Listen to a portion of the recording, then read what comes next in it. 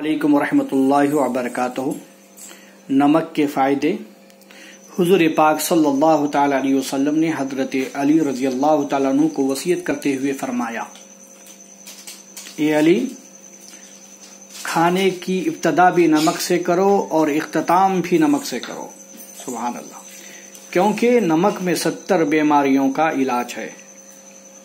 یہ نمک رکھی گئی ہے، موٹا نمک بھی ہے، باریک نمک بھی ہے۔ میں یہ کہہ رہا تھا، نمک میں 70 بیماریوں کا علاج ہے۔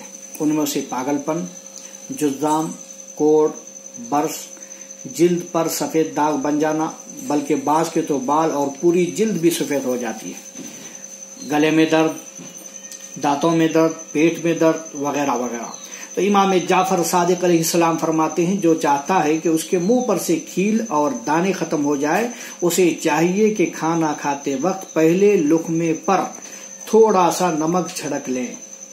امام رضا علیہ السلام نے اپنے اصحاب سے پوچھا، بتاؤ بہترین ہانڈی سالن کی کیا ہے، کون سی ہے؟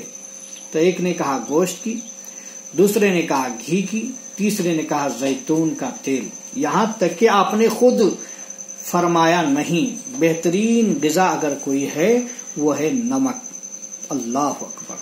راوی کہتے ہیں، ایک دفعہ ہم مولا رضا علیہ السلام کے ساتھ سیر کے لیے باہر نکلے، چنانچہ آپ کا خادم نمک لے جانا بھول گیا، تو ہم سب بغیر کچھ کھائے واپس آ گئے۔ اللہ اکبر۔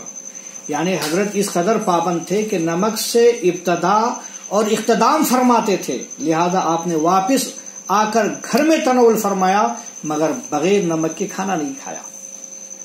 میرے دوستو، نمک کی کتنی بڑی خطر ہے۔ ایک حدیث پاک میں آیا ہے، میرے آقا علیہ السلام فرماتے ہیں، جو کوئی بھی کچھ کھانے سے پہلے اور آخر میں تھوڑا سا نمک کھا لیتا ہے تو خداوند عالم اس سے 330 بلاؤں کو دور فرما دیتا ہے۔